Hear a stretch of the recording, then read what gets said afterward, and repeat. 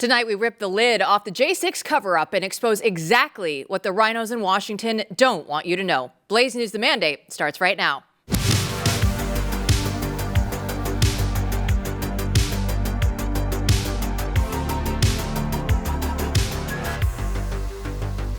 Welcome in, everyone. I'm Jill Savage, joined as always by Editor-in-Chief Matthew Peterson. Hey, if you aren't J6 pilled yet, you're about to be. You are about to be, and if we're talking J6, we have to bring in investigative reporter Steve Baker, who happens to be in town, so when he is... Here I am. J6 is... It's about to get going again, Steve, and we have a lot of unanswered questions right now about J6, and it's not just because of the Democrats. There are a lot of squishy Republicans that have stalled investigations, but now, at his own peril, we have a new chairman uncovering how the Biden administration and the deep state pulled a rope-a-dope on the country. We do have evidence that there were people that were instigating, such as a Metropolitan Police officer that was undercover in plain clothes. The question would be, when we get more evidence of people who are instigating that may be part of the government or may be in law enforcement, were they caught up in the moment, or did they have orders to do this? Was this pre-planned, or is it just something that somebody decided, you know, it would be really good if we could catch some of these MAGA people rioting at the end of 2020, right? Not necessarily thinking they're going to get into the Capitol, but maybe, and this is, you know, one theory we're working on, as we're working on several theories, is, was this just allowed to play out for political reasons? All right, we'll get Steve Baker's thoughts on that in just a second. But Congressman Barry Loudermilk, he has some reason why you need to pay attention to Steve himself. Watch. Independent investigative reporter that's doing tremendous work, much like Steve Baker have been doing. Thank you. Has been working on this, and he's gotten more leads than the FBI has. Yeah. There you go. He has more leads than the FBI. So, Steve Baker, Barry Loudermilk, what's he saying here? Well, I actually, after he said that, I've decided that that's going to be on my tombstone. Steve Baker has more leads than the FBI. Sounds like a line from a rap song. You know? It might be. The FBI. No, I'm very excited about what's happening right now. There's a lot of disappointment. If you go, for instance, after I posted the new press releases about the new committee being formed and all that's going out, I've posted that, and a lot of people are negative. You know, it's like, because we're not seeing. When are you going to start arresting people? When are we going to see the Epstein files? When are we going to see the purple? We've seen this film before. That's right. They say it, but Loudermilk is a dog with a bone right now, and he has a personal bone to pick, a burr under his saddle, as they say, related to January 6th, and he is not letting this go. And that's despite the fact he doesn't need to be doing this. He doesn't need to be putting himself out there yet again, because he was the chairman of the Oversight Subcommittee under House administration, and he fought against, I mean, sometimes it was the hardest fights that he had was against GOP, against the GOP leadership after the Congress was changed over in January of 23, and they formed this subcommittee to investigate January 6th, and they kept hitting roadblock after roadblock. His own committee chairman, Brian Stile, was constantly throwing up roadblocks against them, whether it was funding, whether it was sometimes not even giving them the room to do their hearings in, things of that nature. And petty things that we may or may not now know the answers to of why those were taking place. But nevertheless, he stepped up once again as taking the reins of this new select subcommittee to investigate January 6th. And he's still getting slings and arrows from the GOP side. So, I mean, so let me see if I get this straight. People are, of course, upset because the Republicans already were supposed to have done this. Yeah. And what you're saying is, look, Loudermilk is the guy because he fought against the Republicans who said they were going to do it. They didn't actually investigate much. They threw up roadblocks against people who were actually trying to investigate. But now, what's different? What's different this time is he has the backing of the President of the United States.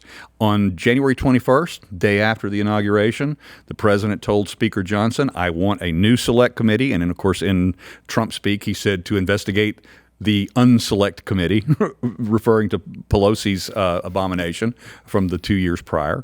And he said, that's what I want. And he told Speaker Johnson that, and I want Barry Loudermilk to be the chairman, and I want him to have full subpoena powers everything. I want him to have every support that you can give him. Yes, sir, Mr. President, we will do that. And then 5 months passed and it hadn't happened.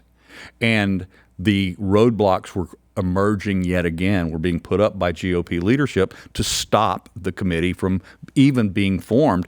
And then if it was formed, it was going to be absolutely neutered to the point of being completely ineffective. And so finally, the congressman, and God bless him, he contacted the president directly. He went straight to the Oval Office. The president was actually shocked and angered that the committee had not yet been formed. He called in Vice President Vance. He called in the general counsel, and he said, you make this happen. And I can tell you that there was several exchanges that took place, but the most important one was the fact that the general counsel told Congressman Loudermilk, if you have any more problems with leadership over there, call my phone. We love action steps here on this show, but you mentioned Nancy Pelosi. And when we talk about Nancy Pelosi and J6, we need to watch this. It is our duty to find the facts of January 6th to ensure that such an assault on our democracy cannot happen again. And it is also our duty to establish and preserve the narrative of that day. It's her duty.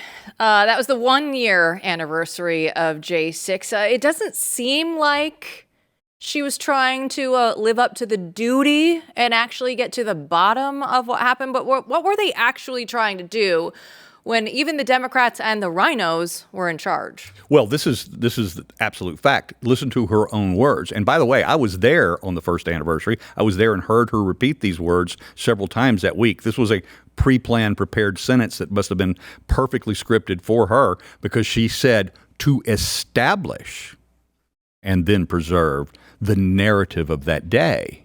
And that was what the point of that committee was, which is why in the first place in that committee, if you recall, when our own, when these committees are formed, the majority gets to pick who their representatives are on the committee, and then the minority, which of course at the time was the GOP, gets to pick who their members on the committee will be. Except that this time, in the first time in the entire history of the United States, that didn't happen. When those members were selected by McCarthy, the minority leader at the time, Nancy said no. Mm-hmm. She made her own selection. Adam Kinzinger, Liz Cheney. I mean, couldn't have been two better Democrats to occupy the two seats that were held by Republicans on that committee. And they did kind of do their job. They spun a narrative, but that narrative was false. So let's talk about the truth insofar as we know it. I mean, we know something about paid informants being there that day. Yeah. And I assume that the subcommittee is going to go after more information about this. Well, this was one of the things that in this video that we saw with Congressman Loudermilk is he talked about the various things that they're going to be investigating. He was looking at maybe this being something where they just kind of let it play out the way it would play out. Okay, maybe. And in fact, in the first article I ever wrote, a week after January 6th, I said what I saw was a rope-a-dope maneuver. This is what I saw. Color Revolution kind of rope-a-dope maneuver where the old Muhammad Ali, where he'd let them in a little further, make them think that they, and then kill shot. And when they got them inside the building, that was the kill shot. So how do you get them inside the building?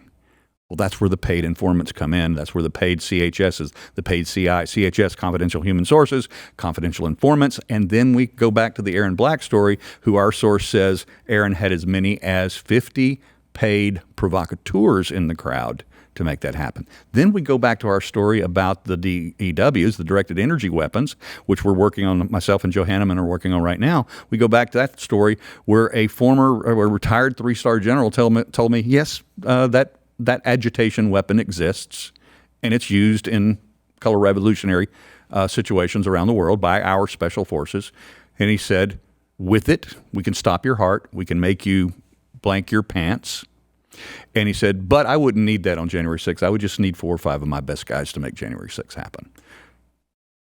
That's very chilling. And we have the advantage that we have you here, and you keep us up to date. And you and Joe Hanneman have done excellent work on this, as everybody in the audience already knows. But when we see you around the building, when we get the updates, Steve's excited again because there's actually some light at the end of this tunnel. So what actually gets you excited looking at what is possible right now with Congressman Loudermilk at the head of this new select subcommittee? This is what I have been told by both Loudermilk, I say both, Loudermilk, members of the DOJ that we're working with and consulting with, and then also with Tulsi's team over at ODNI, who are about to launch their own January 6th investigation. And so being plugged in with all three groups right there, the one thing that we continue to hear from them is that, Steve, all the work you've done for the last 4.5 years, you're finally going to get the missing pieces of the puzzle you've been looking for. And that gets me excited. But more importantly, there is news that is absolutely factual news that we've broken over the last 2 years here at the Blaze that has never been respected by the mainstream media and never been amplified by them. Mm-hmm. And it should have been their job. It should not have been my job as an independent at the time to be investigating the Capitol Police. And yet, I'm the one that was doing it. It should have been the Washington Post. It should have been all of the other major news affiliates that are based out of Washington. They should have been doing that, but they weren't. And because they didn't, and because they can't, and because what I discovered doesn't comport with the narrative that was supposed to be established and approved by Nancy Pelosi, mm-hmm. they ignored our work. Well, I think we're going to get the opportunity to see our work in the committee hearings now. And they won't be able to ignore it this time. See, this is why we do what we do. I mean, this is why we do what we do. And you just explained, Steve, why we have to do it, because the audience knows the legacy journalists won't do it. But people need to understand that this isn't just some, more rhetoric and letters, strongly worded letters from Congress. This is the product of years of work on your part and others to get here, and people in Congress fighting to actually have accountability. And now we are in position in multiple agencies to actually get the answers to the big questions that a lot of people have out there in the audience as well. And that would include, I would assume, everything from the pipe bombs at the party headquarters. That would include what the hell was going on with Harry Dunn, one of your favorites. What are some of the other questions that would be answered? Well, again, going back to what Congressman Loudermilk said, we're going to be really looking this time deeply into the CHSs, the confidential human sources that were in the crowd. Now, the FBI has admitted there may have been 24, 27 or something like that. We know that there were a lot more, maybe not just with that agency, but with other agencies as well. Even the ones that they had embedded in the various groups, like, for instance, the Oath Keepers. Mm-hmm. We know for sure. I know because I was the first person to break this story during the Oath Keepers trial that the number 2 man in the Oath Keepers was a paid CHS mm-hmm. of the FBI. And we've got an extensive interview with the founder of the Oath Keepers, which we just recorded last week, that's going to be released here on Blaze very soon. And we talk about that extensively, about that individual, Greg McWhirter. I tweeted it out at 9:30 in the morning that morning that we learned about it in the Twitter storm that I was doing at the time, live from the courtroom. The New York Times, Alan Fuhrer, he then wrote his article that came out later that afternoon. He had a little bigger coverage than I did at the time. But nevertheless, we were the only two that had the story. And in that story, it caused such a disruption in the courtroom that the judge cleared the courtroom the next morning, turned off the media's feed to the media room. And this was incredible, is they turned off the video, but they forgot to turn off the audio. So all of the reporters are looking at each other inside the media room and started typing. But that was Alan's story and my story that we broke that day, and there are a lot more examples of these types of individuals that were influencing what was happening that day that we're going to learn about through this new committee. Well, it is exciting to get all of the puzzle pieces that have been missing for so long. We look forward to you and Joe Hanneman's work on this. I know you guys are going to do a great job, but it should be completely unacceptable to everyone in our audience that the RINOs in D.C. already had a crack at this and nothing came from it. They just instead stood in your way. So at least this time now, Steve, we're going to get a real crack at this one. I think so. I think we're going to it would be very easy for me to get emotional about the work that I put in and then to not have the results come forward. But this time, I think we're going to get it. We got the committee with the subpoena power at the behest of the President of the United States, because he's got a burr under his saddle, too. Steve Baker, stay safe. Thank you. Don't go anywhere. When we come back, Chris Bedford will join us right after this.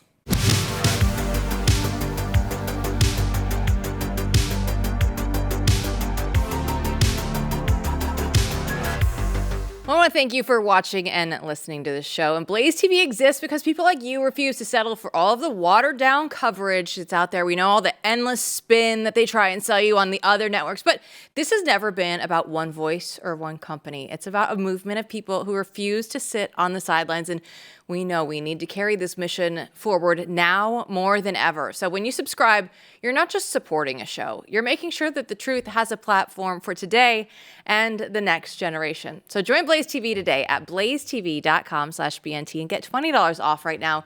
That's as low as $8 a month for an annual plan, and you can be a part of shaping the future. It's blazetv.com/BNT. Well, Trump and Democrat leaders are in a showdown as the government funding deadline looms again. Yesterday, President Trump canceled a meeting with Democratic leaders Hakeem Jeffries and Chuck Schumer to negotiate a stopgap funding measure ahead of the October 1st deadline. And Donald Trump, we know he loves going to Truth Social, so this is what he put up after reviewing the details of the unserious and ridiculous demands made by the minority radical left Democrats in their return for the votes to keep our thriving country open. I have decided that no meeting with their congressional leaders could possibly be productive. They are threatening to shut down the government unless they can have over $1 trillion in new spending to continue free health care for illegal aliens, a monumental cost, force taxpayers to fund transgender surgeries for minors, so on, so on, and so on. We know what the Democrats have out there planned for the American people, and it's not good. So let's go ahead and bring in our DC politics editor, Chris Bedford. So this is what the city lives for, Chris. Like, the deadline is looming. Things are happening in the city. Meetings are not happening now instead. But this is all the power play that you guys have. It's the fun times of your year, right? If I make it to Dallas next week, which is my hope, I think we're going to have to, at the bar at our after-action meeting, work on your Trump impersonation. I want to hear an incredible cost, healthcare for illegals, disgusting. We'll get these pitches in, maybe after a pitcher or two. This is a wonderful hostage situation. It's not even a showdown. Not even a showdown at all. I mean, it's a hostage situation where the Democrats don't have any bullets in their gun or any hostages. I mean, it's almost make-believe. Now, the Democrats have a whole lot of demands. And when you need to get to 60 votes, you are allowed to make demands. Now, that all is true. However, this is not a budget. This is not a one-year spending bill. This is a 1-month extension until the next negotiation. So traditionally, Republicans in situations like this would probably cave back in the day and say, all right, Democrats, whatever you need to fund the government for 4 more weeks. And, I'm sure that you'll be very reasonable when we need to fund it for the rest of the year, right? Of course they won't. Democrats want a Obamacare tax subsidy continued. They want to cancel a couple of the cuts that the Republicans made to the working age men who are getting free health care from the government, and for illegal aliens. Those things are stupid. They're going to try and make it about health care. But here's the thing. There's no reason to meet with them.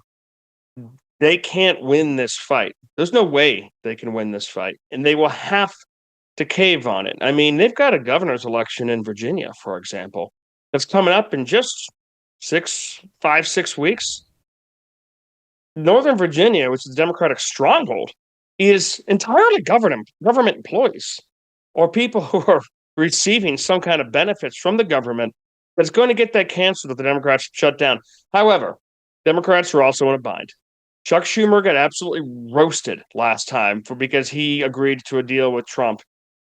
This time, he's going to have to agree to a deal with Trump, but like so much theater and so much the Republicans do to their constituents all the time, he's going to have to do a little play acting beforehand and act like he's really fighting back. So expect a government shutdown. Expect one to last 1, 2, 3, probably 5 days, 6 days maybe, and expect it to be solved after that, because right now Republicans are eager for this fight. They're not going to be blamed. The mainstream media that used to blame them for everything doesn't even have any power or influence anymore over anyone except for their own diehards. The Democrats are completely at fault.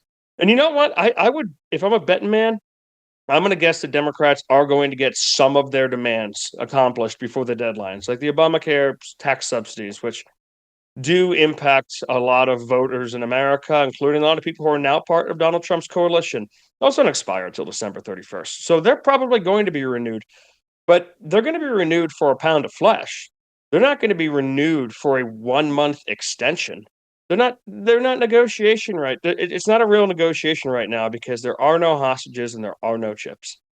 Well, Bedford, I told the people on the show earlier this week, I am not an actress. I am not good at it. And the impersonations fall in line with that. So I'm sorry for my bad Trump impersonation. You do the greatest impersonations. My friends, they call me, they say, Jill does the greatest. They're one. And I say, I know. Oh, I love it. But I don't. And you know what? I can be humble enough to know that I am terrible at them, and that's okay. Well, dramatic readings, then. Yes. All right, let's get back to the news real quick. Someone's got to do it. It is true, though. I mean, admittedly, not an actress. It's true. I think that this is sort of interesting because you just see the waning power here, right? I mean, you described this well last time. You've seen this happen a few times over the years. And what was interesting last time was, Chucky Schumer being pushed and having to try to push back at the radical base that he has.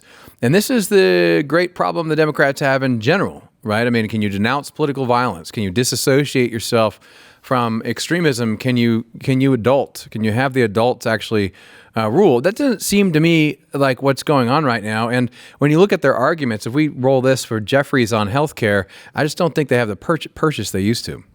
Republicans have engaged in an unprecedented assault on the health care of the American people throughout this year. And we're willing to sit down with anyone at any time, any place, to try to actually get to a spending agreement that makes sense for the American people. But we're not going to simply bend the knee to Donald Trump's will when he's gutting health care for everyday Americans and actively hurting people. That's immoral. And it's not something for us to participate in. Now, as you say, they may get something on healthcare, but just even when I hear him say it, it just sounds, the energy is just drained. Yeah. I mean, they're backed into a corner. And by the way, this CR doesn't actually accomplish anything other than funding everything at continuing levels. When you hear the term clean CR, that's what that means. There's nothing attached. This has one thing attached, which is more security for the three branches of the federal government, which is kind of important when you have political violence taking place once a week, entirely from the left, by the way. But Democrats aren't looking forward to this fight. I think that there are certainly members of the House of Representatives who are seriously looking forward to this fight. There are less Democratic senators looking forward to this fight. They're always typically the adults in the room on these sorts of things. And they usually like to get together and agree on everyone just spending money and rich. But it is the base. And they're kind of caught here because Democrats have never had the problem that Republicans had previously. Democrats and their base have largely been aligned in the 15 years that I've been covering politics, whereas the GOP base and their politicians have not been aligned. Politicians have been much more aligned with the donors. That has really started to change recently. The activists of the Democratic Party are kind of holding the party hostage. And when you see people like Gavin Newsom try to break rank and say, we're going to maybe go in a slightly different direction, aren't my bona fides strong enough that I can do that? Haven't I shown that I'm a progressive? And the answer is a resounding no. And at the same time, the Democratic donors are just as radical. The top donors are just as radical, the big ones, the big funders. And they want to see this fight. Everyone is completely sick of Donald Trump. Every Democrat is completely sick of Donald Trump being back in the White House, existing at all, And every day that he makes advances in the culture or in government or in law or in reality is an assault on their worldview, which is that they are the good ones, that no one else is good, that they own the culture, that they're the cool ones. That worldview is getting decimated right now by Donald Trump with the shifts in culture and every aspect of it, and they just can't take it. I think that's one of the reasons you're seeing so many more mentally ill, aging hippies outside the Nexstar headquarters protesting every day, Matt. It seems to be why a lot of the older generation is going more crazy than they even were 8 years ago, is because their whole worldview, the 1960s, were great, we were awesome, we deserve everything we got, is being challenged, and it's deeply frightening to them. Yeah, and the Democrats don't have anybody to really lead their party. They used to look to Chuck Schumer, the grill master himself, Chuck Schumer.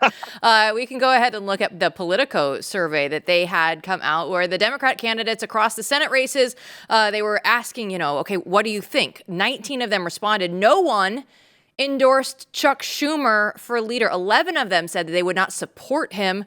8 were non-committal, and even all of them were going, you know what, like they'd follow him voting against GOP efforts to keep the government open. So this is not the Democratic Party that we have seen forever, Chris, right? We've talked about this on this show, but they're not getting it done, right? You say low energy from Hakeem Jeffries, and Chuck Schumer is not the one that they're following. So what are they doing?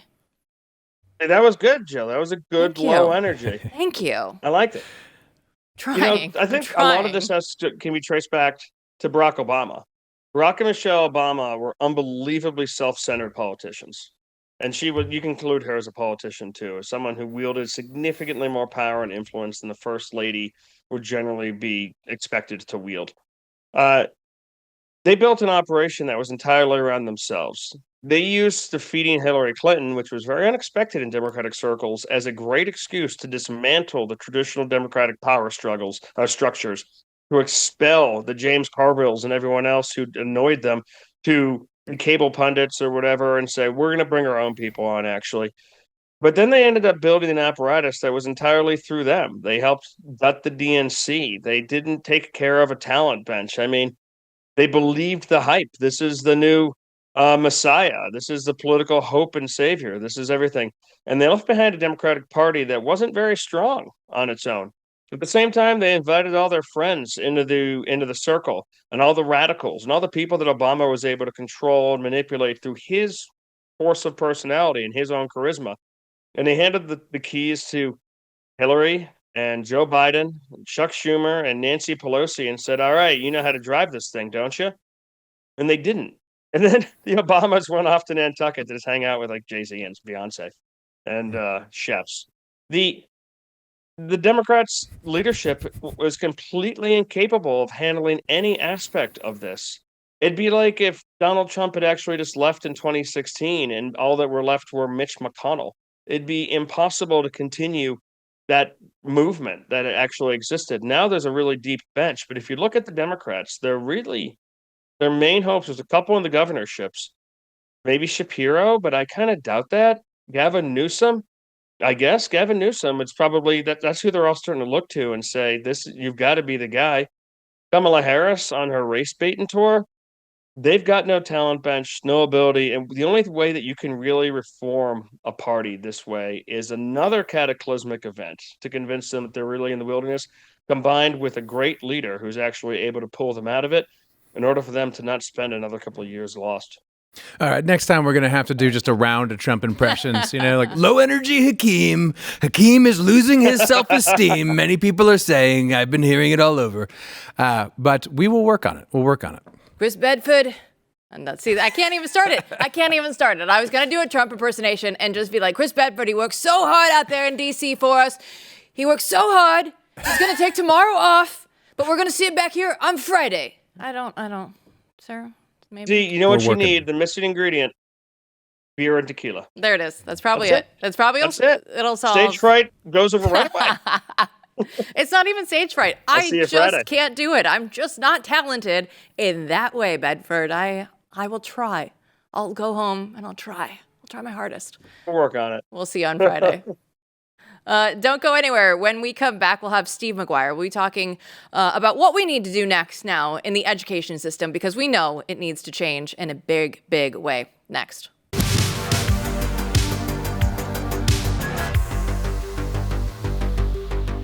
Well, it's time for Share the Arrows. We spend so much time talking about politics and culture, all the noise and the craziness, but this is different. If you're a woman or there's somebody in your life, that you care about, listen to Share the Arrows, because it's happening October 11th here in Dallas, hosted by BlazeTV's own Allie Beth Stuckey. It's the second annual one, and this is built to encourage, equip, and speak truth to women who are trying to stand firm in today's world. So if you're craving real encouragement and biblical truth, then this is for you. If you're a man out there and you have a woman in your life who you think might need this, well, listen up, because we do know the culture is pulling us in the wrong direction, and this is a chance to reset and get grounded in the truth. All the tickets and details are at sharethearrows.com.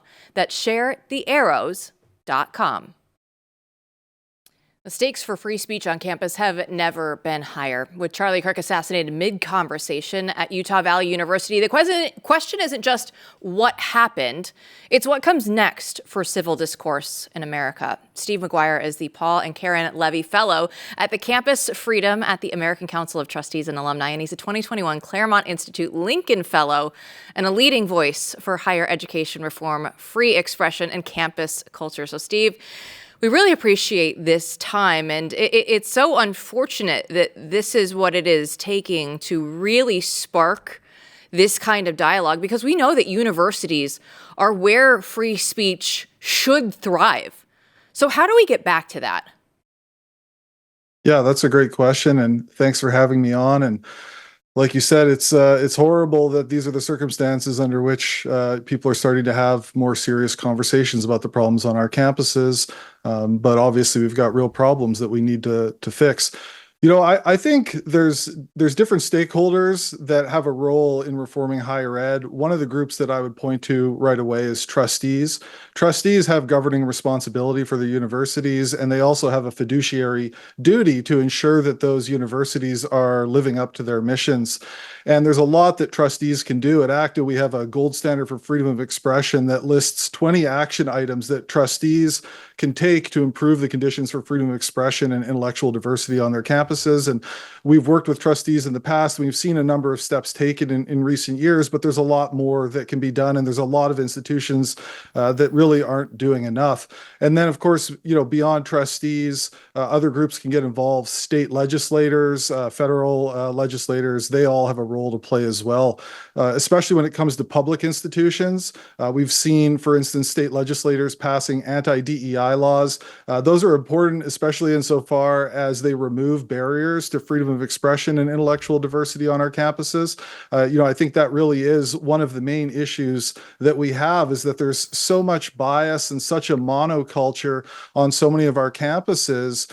People aren't challenged by different ideas. They don't often hear what people in, over half the country think about various issues. And so they end up in these silos, and they don't fully understand the issues that even they are studying. And then, of course, we've seen a number of actions taken at the federal government since the Trump administration has come back into office. And, some of those have real potential to, shift the ground in higher ed, I think. This is such an important issue. We've thanks for being on. We've talked about this over the years, and this was my issue. My first part of my career. And when you look at how important it is now, it's gotten so bad we have people being publicly assassinated, in part because of this environment. There's just no doubt there's a connection there between the sort of thing that's being taught and the lack of intellectual diversity, as you say. But the frustration over the years has been the unwillingness to do a damn thing about it. I mean, conservatives like to talk about it, but doing something about it is something else entirely. I like to say the conservative movement really starts with William F. Buckley writing God and Man at Yale in 1950, and then we have 70, 80 years of complaining about the university without actually changing much at all. Now, you might have some evidence that things are changing, but I just want to stick with us trustees a minute. What do you think some of the biggest obstacles are to getting trustees to actually act and reform the universities? Yeah, that's a great question. So a lot of trustees, it's a sort of an honor to be selected as a trustee.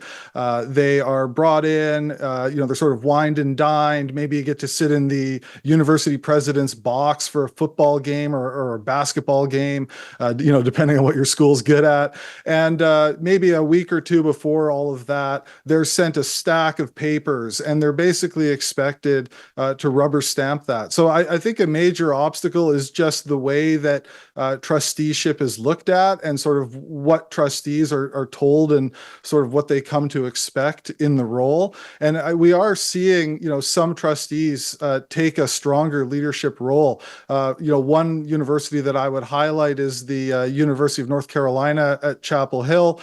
You'll recall, of course, that the Supreme Court ruled not just against Harvard, but against them in the affirmative action case. And while Harvard basically hinted that they were going to try and find ways to sort of get around it or still engage in, hunting for diversity and that sort of thing, the University of North Carolina just said, okay, uncle, we admit that this was not good what we were doing, and we're going to make sure that we don't do it in the future. And that's just one example. The trustees there have really taken on a leadership role and implemented a number of reforms, adopting policies on free expression, intellectual neutrality.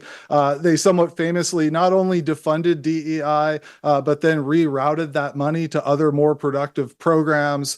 So there's lots that trustees can do, but one of the things is they don't get the information in time. They're expected to rubber stamp things. I think that trustees need to say to their university administrations, no, we want time. We want the information well in advance. We're going to take our roles seriously. Maybe get someone on the trustees, on the board who's going to sort of take a leadership role looking at the finances, someone who's going to look at freedom of expression, intellectual diversity, someone who's going to look at academic quality. Another thing I would mention, especially when it comes to public universities, often these trustees are appointed by legislators or by a governor. The lawmakers who are in charge of appointing these trustees should appoint people who are going to take the job seriously. And then when they appoint them, they should also make sure that the trustees are educated on what their role is, what their powers are, and what they can do. And I'll just say that's one thing that we at ACTA do is we offer programs for trustees. We can come out and offer a retreat to a board of trustees. Sometimes we speak before a whole group of trustees for a state, say Ohio. We've done that before in Virginia. And we basically lay out for trustees, here are some of the positive reforms that you can make now at your institutions to start turning this thing around.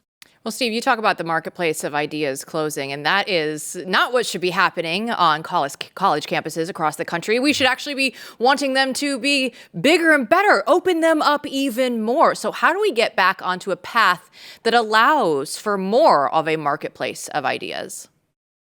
Yeah, that's great. I think one of the things we need to do is address the faculty, right? It's important to have policies in place, so policies that protect freedom of expression. Another thing we've seen, especially since the explosion of anti-Semitism and support for Hamas on college campuses since October 7th, is a lot of universities looking at the rules that they have in place. While universities have to respect freedom of expression and should, it's also totally appropriate to have rules in place that govern sort of when and where people express themselves, reasonable ones, not ones that are meant to suppress speech, but ones that are there to ensure that people who come to campus to study, to learn, to research, that they can go about their business without being disrupted. And obviously, we've seen a lot of disruptions on campuses. Of course, even before October 7th, a long history of people shouting down speakers, trying to stop people from sharing their views. There needs to be rules in place protecting against all of that. And then universities have to actually enforce those rules. And boards of trustees should ensure that their administrations are enforcing those rules, as should potentially lawmakers on both the state and the federal level. As far as faculty go, that is a tough sort of nut to crack. You have to respect academic freedom, which is obviously obviously a long-standing privilege or right in the academy. But there are things that we can do. For instance, members of boards of trustees can audit programs to see if they are respecting freedom of expression. Are they promoting intellectual diversity? There's a lot of programs out there, take gender studies, a lot of sociology programs. I could go down a list that don't have really any conservatives. And not only that, it's not just about politics, but what sorts of areas are people studying? What sorts of questions are they asking?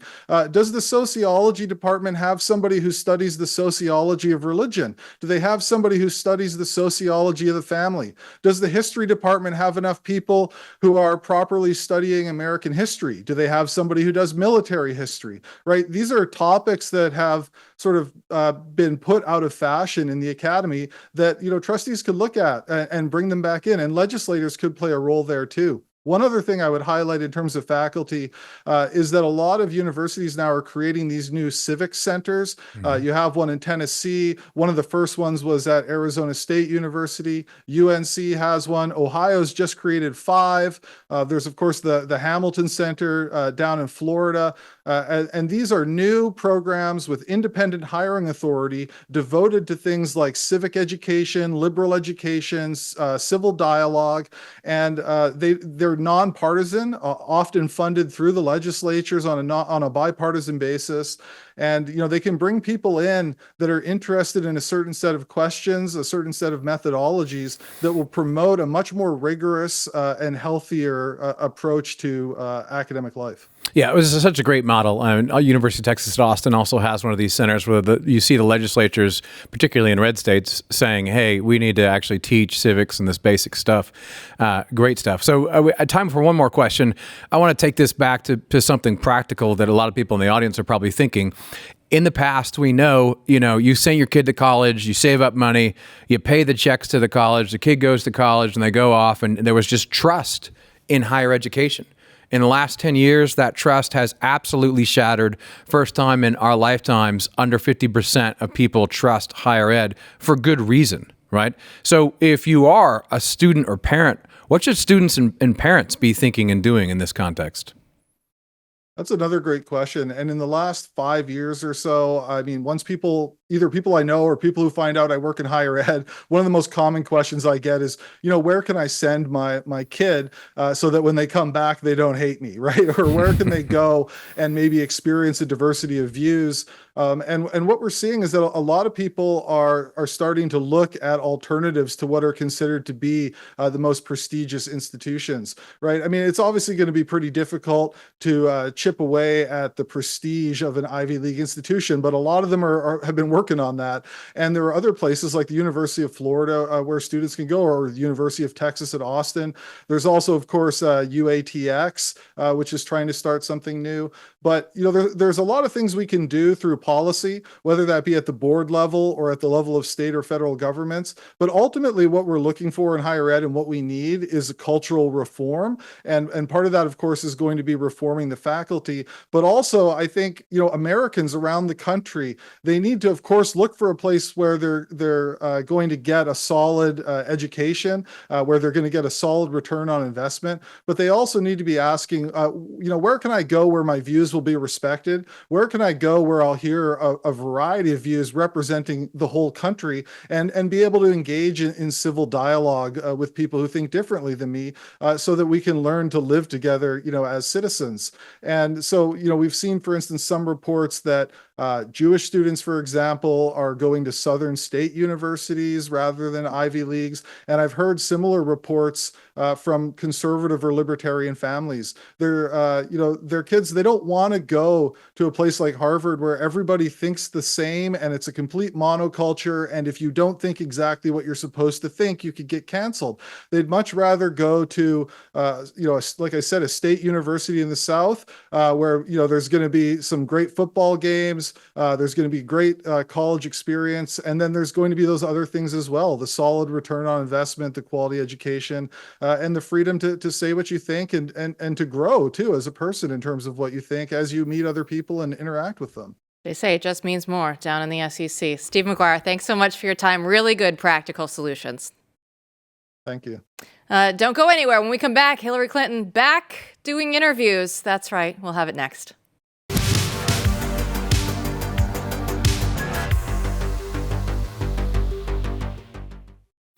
Kamala isn't the only former presidential candidate making the rounds on TV this week. Hillary Clinton is back on the scene, appearing on MSNBC's Morning Joe.